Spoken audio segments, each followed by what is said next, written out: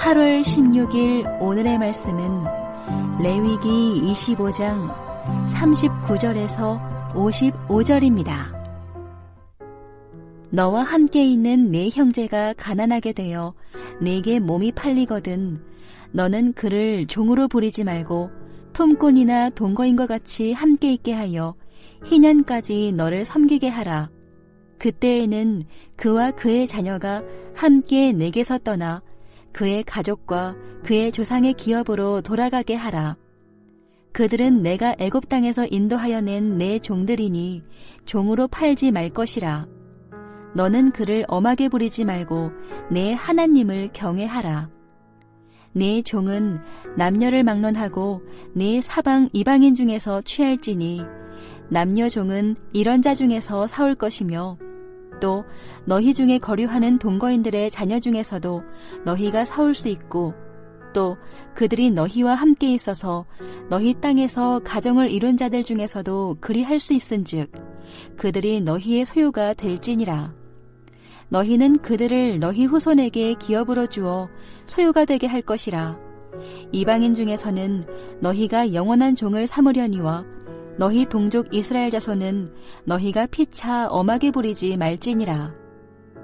만일 너와 함께 있는 거류민이나 동거인은 부유하게 되고 그와 함께 있는 네 형제는 가난하게 되므로 그가 너와 함께 있는 거류민이나 동거인 또는 거류민의 가족의 후손에게 팔리면 그가 팔린 후에 그에게는 속량받을 권리가 있나니 그의 형제 중 하나가 그를 속량하거나 또는 그의 삼촌이나 그의 삼촌의 아들이 그를 속량하거나 그의 가족 중 그의 살부치 중에서 그를 속량할 것이요.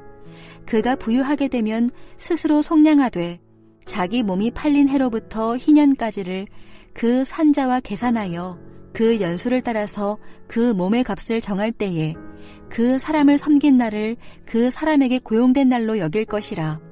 만일 남은 해가 많으면 그 연수대로 팔린 값에서 속량하는 값을 그 사람에게 도로 주고 만일 희년까지 남은 해가 적으면 그 사람과 계산하여 그 연수대로 속량하는 그 값을 그에게 도로 줄지며 주인은 그를 매년의 삭군과 같이 여기고 내 목전에서 엄하게 부리지 말지니라. 그가 이같이 속량되지 못하면 희년에 이르러는 그와 그의 자녀가 자유하리니 이스라엘 자손은 나의 종들이 됨이라. 그들은 내가 애굽 땅에서 인도하여 낸 내 종이요 나는 너희의 하나님 여호와이니라. 레위기 25장 39절에서 55절 말씀을 함께 묵상하겠습니다. 레위기 18장에서 20장은 이스라엘 백성이 가나안 땅에 들어가서 살 때 애굽 땅의 풍속과 가나안 땅 사람들의 풍속과 규례를 따르지 말라는 명령의 구체적인 내용이 있었습니다. 이는 김덕중 교수님의 주일 설교에서 강조되었듯이 하나님 나라 백성으로 거룩해 살아야 할 규례입니다. 21장에서 22장은 제사장들이 지켜야 될 규례입니다. 23장에서 25장은 절기에 관한 규례 말씀으로 가장 중요한 절기는 일곱째 날 지켜야 하는 안식일, 그리고 7년째 지켜야 할 안식년, 그리고 7년의 안식년이 7번 지난 다음에 그 다음에 지키는 희년이 있습니다. 그러니 희년은 50년마다 한 번씩 돌아오는 해이죠. 이 희년은 이스라엘 백성이 가나안 땅에 거주하면서 자신들이 하나님의 거룩한 백성임을 드러내고 보여주는 규례가 됩니다. 이 희년은 세상 어디에도 없는 법이고 이 희년법이 이루어진다면 이 세상은 지금과 같이 자본이 잠식한 돈이 가장 강력한 힘으로 군림하는 세상이 되지는 않았을 것입니다. 오늘 본문은 희년법 안에 있는 마지막 세부적인 규례로 가난하게 되어 종이 된 자들에 관련된 규례입니다. 우리가 희년법 하면 땅만 돌려주는 것이라고 생각하는데요. 종에 관한 규례도 있다는 사실을 기억해야 합니다. 희년법은 땅을 원래의 주인에게 돌려주어야 하는 것뿐만 아니라 종되었던 사람도 해방시켜주는 그러한 법입니다. 이는 희년법의 취지가 사람을 살리고 회복하는 법임을 알 수 있는 대목이 있죠. 오늘 본문은 세 가지 경우를 다루고 있는데요. 첫 번째로 39절에서 43절에 이스라엘 백성이 종이 되는 경우입니다. 먼저 39절에 종의 정체성에 대해서 말씀하지요. 내 형제가 가난하게 되어 내게 몸이 팔리거든 너는 그를 종으로 불리지 말고 품꾼이나 동거인과 같이 희년까지만 너를 섬기게 하라고 하셨습니다. 여기서 종이 누구입니까? 내 형제이죠.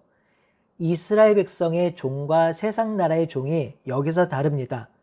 내 형제 중에 종이 될 수 있지요. 살다가 가난하게 될 때 어쩔 수 없이 종이 될 수 있다는 것입니다.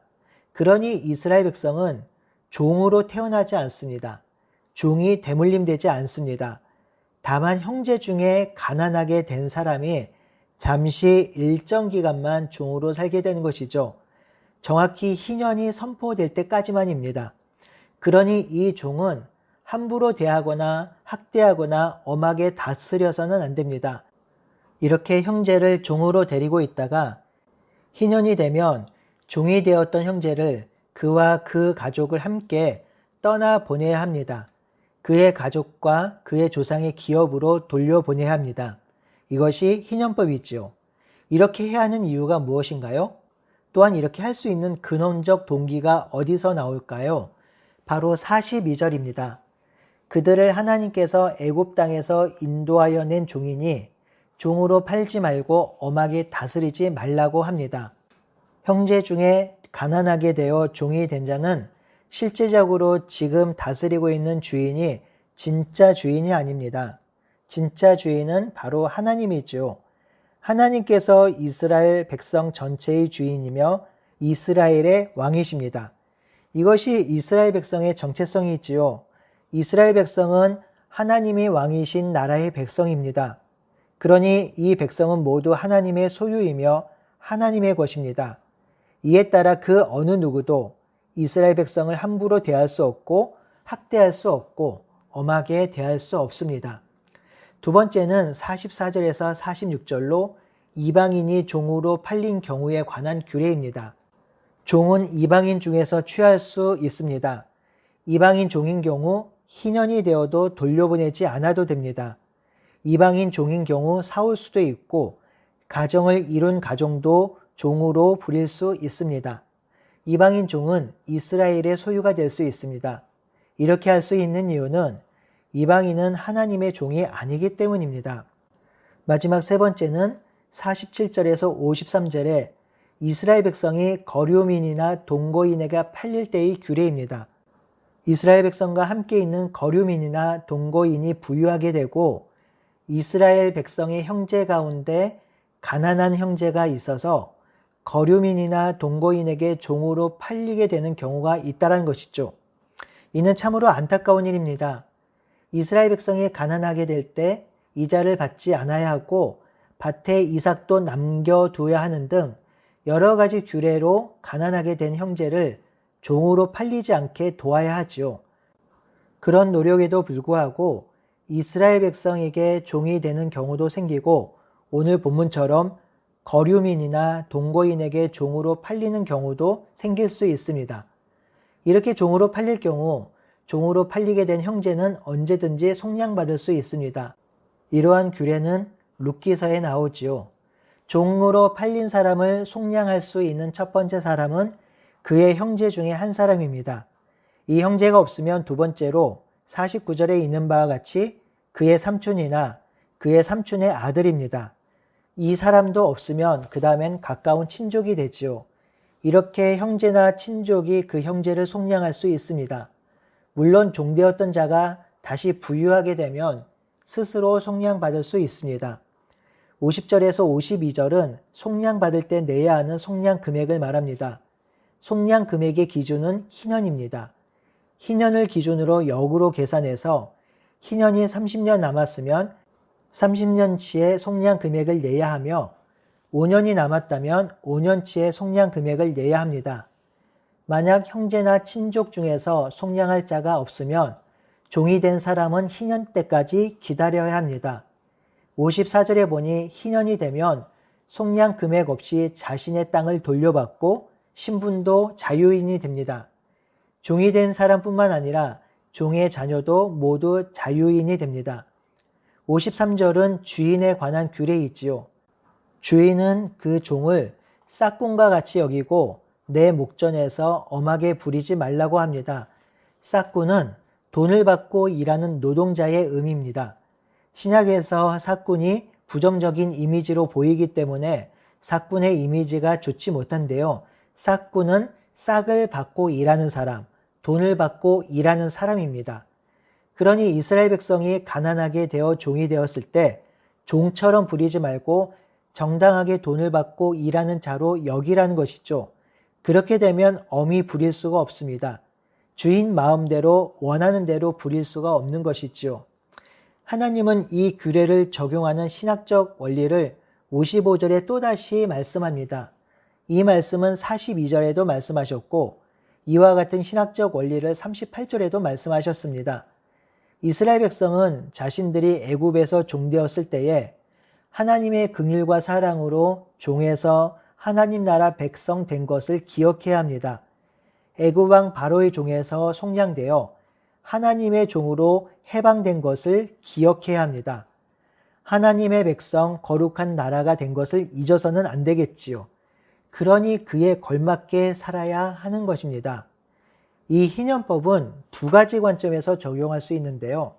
하나는 인간 존중의 관점이고요. 하나는 구속사적 관점입니다. 오늘은 구속사적 관점으로 적용하겠습니다. 이 희년의 회복은 바로 예수님의 오심으로 시작되었습니다. 그래서 예수님이 처음 사역을 시작할 때 읽으셨던 본문이 누가복음 4장 18절에서 19절에 나오는데요. 이 말씀이 이사야서 60장 1절에서 3절입니다. 이 이사야서 말씀이 바로 희년이 성취되는 말씀입니다. 그러니 예수님의 오심은 신년이 이루어진 것이지요. 바로 죄의 종되었던 자들이 자유인이 된 것입니다. 인류는 죄의 노예 사탄의 종이었습니다. 그때에 우리 하나님께서 죄의 값으로 예수님을 내어놓으셨습니다. 예수님은 자신의 죽음으로 죄인을 속량하시고 구원을 이루셨습니다. 그러니 예수님을 믿는 자가 죄가 속량받게 되고 죄의 종이 아니라 의의 아들로 자유인이 된 것이죠. 이 희년의 완전한 성취는 주의 재림으로 이루어질 것입니다. 그러니 우리는 더 이상 죄의 노예로 살지 않고 의의 아들로 성령의 종으로 살아가는 우리 모두가 되기를 바라고 소원합니다. 아멘.